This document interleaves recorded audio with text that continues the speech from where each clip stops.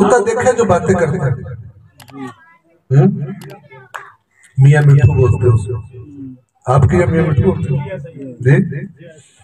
ہاں، تو میاں مٹھو اگر آپ نے کبھی دیکھا ہو تو وہ جو اس کے پاس جملے بار بار بولے جائیں وہ اللہ نے اس کو ایسی زبان دی ہے کہ وہ یاد کر لیتا.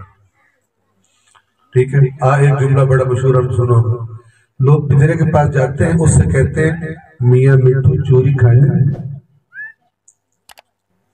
آپ ہو سکتا کہتے ہیں میاں مٹھو برگر کھانے، میاں مٹھو فرائز کھانے.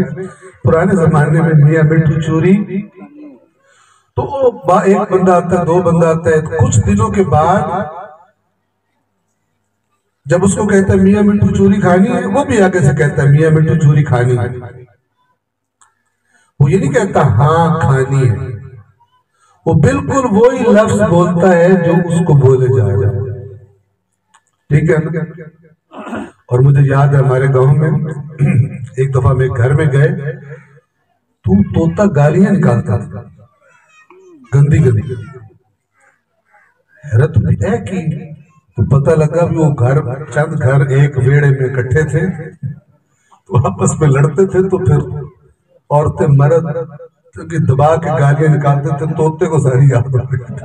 وہ بھی آتے جاتے اس کو نہیں پتا ہوتا تھا میں گالی دے رہا ہوں، وہ بندہ دیکھتا تھا نکال دیتا تھا جو اس نے سیکھا ہوا تھا. فرق سمجھو طوطے اور انسان کا. توجہ فرماؤ، انسان جب طوطے کو کہہ رہا ہوتا ہے نا میاں مٹھو چوری کھانی ہے، اسے پتا ہوتا ہے میں کیا کہہ رہا ہوں. لیکن طوطا جب کہتا ہے نا میاں مٹھو چوری کھانی ہے، اس کو کوئی نہیں پتا ہوتا ہے اس کا مطلب کیا ہے. تو مجھے بتاؤ، ہم جب اللہ کے قرآن کی تلاوت کرتے ہیں انسانوں کی طرح کرتے ہیں کہ طوطوں کی طرح؟ بولے تو صحیح. ہاں، طوطوں کی طرح. اتنے سوڑے سوڑے میاں مٹھو، 30 سال کا میاں مٹھو، 40 سال کا میاں مٹھو، 80 سال کا میاں مٹھو، پتہ ہی کوئی نہیں کیا بول رہا ہوں. ہم کہتے ہیں نا ہم اپنا دین اہل بیت سے لیتے ہیں، کوئی نہیں لیتے، ہمیں دب دیتے ہیں. اگر ہم سنجیدہ ہوتے اس معاملے کے ہم نے دین اہل بیت سے لینا ہے تو پھر اگر آپ اہل بیت سے پوچھو گے نا اللہ کی کتاب کیسے پڑھیں تو آپ کو کہتے دکھائی دیں گے اللہ کی کتاب پڑھنے کا طریقہ یہ ہے کہ اسے آرام سے پڑھو تاکہ سمجھ سکو اور سمجھو تاکہ اس پر عمل کر سکو. ہمارے یہاں پر قرآن پڑھنے کا رواج کیا ہے؟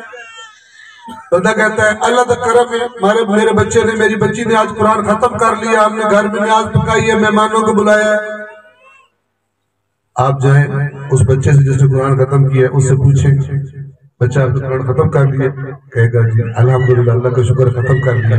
آپ کے بچہ ٹھیک ہے، آپ مجھے کہیں سے بتائیں کہ یہ قرآن کیا لکھا ہوا، اللہ نے کیا پیغام دیا، آپ کا منہ دیکھیں.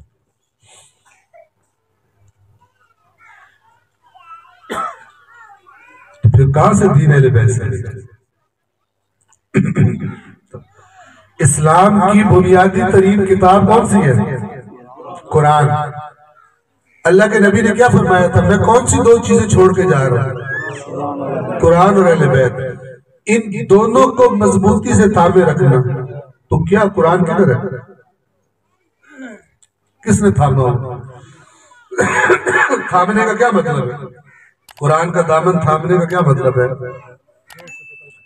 ٹھیک ہے نا، یہ زور سے پکڑنا یہ نہیں ہے کہ قرآن خرید لو اس کو پھر گھوٹ کے پکڑ میں قرآن کا دامن تھاما ہوں، ایسا نہیں. بلکہ قرآن میں کیا اللہ نے کہا ہے اس پر پکے ہو جاؤ. جیسے اللہ تعالیٰ قرآن میں بنی اسرائیل کے بارے میں کہتے ہیں کہ جب ہم نے کتاب عطا فرمائی تو فرمایا خُذُوا مَا آتَيْنَاكُمْ بِقُوَّةٍ وَاذْكُرُوا مَا فِيهِ لَعَلَّكُمْ تَتَّقُونَ کہ جو ہم نے تمہیں کتاب عطا فرمائی ہے اس کو قوت کے ساتھ پکڑ لو. اور آگے وضاحت بھی کر دی اور جو اس میں باتیں کی گئی ہیں انہیں یاد رکھو تاکہ تم عذاب سے بچ سکو.